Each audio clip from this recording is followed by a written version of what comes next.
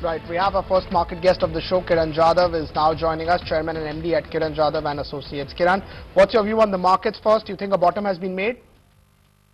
Not really, not very clear on whether the market has made its bottom for sure, but a good pullback has been seen. However, the derivative data suggests that 10,200, 10,220 is a big hurdle for the market. So till the time the Nifty does not really cross this level, I believe that there is a big amount of chance that we could slip again to test the lows and even could go even down further.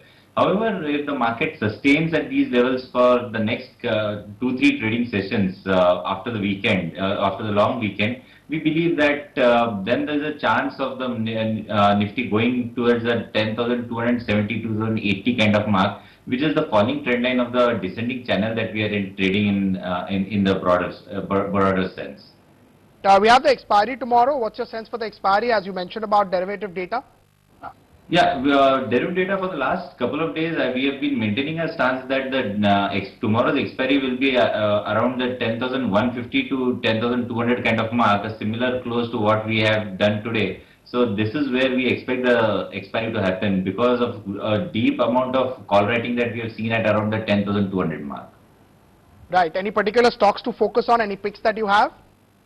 Yeah, Tata Elxsi is one counter that looks very strong to me.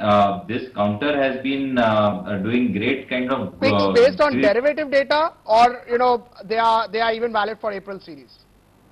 No, we are talking about the next couple of days, so maybe till tomorrow itself. So this is for March. What you're talking about, the March series, right? Correct. Go ahead. Correct. Go ahead and please start your answer again with Tata Elxsi. Right. So my first stock would be Tata Elxsi. I'm giving you cash levels. I would recommend a buy on this counter. Stop loss will be 990 and a target of 1045 for tomorrow. Second will be a short on Wipro. Wipro has been adding a lot of short positions in the market, and we believe that there's a chance for this to slip further down.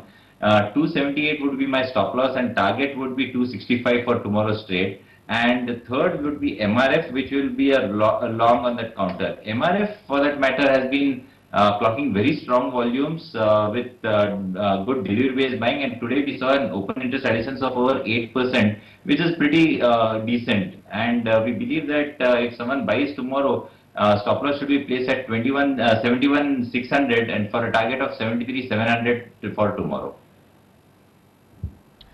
Right. Kiran, just stay on. I wanted to take your view on Fortis Healthcare as well, and we have an exclusive story that we want to. This is the first time that the management has come out and said that yes, they have got an offer and they are evaluating. Kiran, any view on Fortis Healthcare apart from the deal? Technically, we believe that till the time the stock does not clock itself above the 165, 175 important resistance zone, I will not be bullish on this counter at all. So if and when these levels are crossed, we believe that the stock has a potential to cross the 200 levels in the days to come. However, if it does not, even if the deal goes by, then we could see the stock slip back to the 125 levels. Arup Kumar Maru has written in from Mumbai. He's bought about 100 shares of Triveni Engineering, bought at the level of 55 rupees per share. His time horizon is long term. He wants to know what he should be doing with the stock. Kiran, what is it that you would recommend him to do? Basically, Aisha, the stock has gone into a downtrend since say last 3-4 months. And clearly clocking lower tops and lower bottoms. So his ROI, return on investment, will stand negative if he continues to hold. And there will be no respite as such, as the sector is basically into a troubled sector. I don't see a good kind of pullback from current levels. Technically, we have got huge resistance levels right from current levels up to 55. And I see a negative return on investment for this investor. So my call is exit as soon as possible.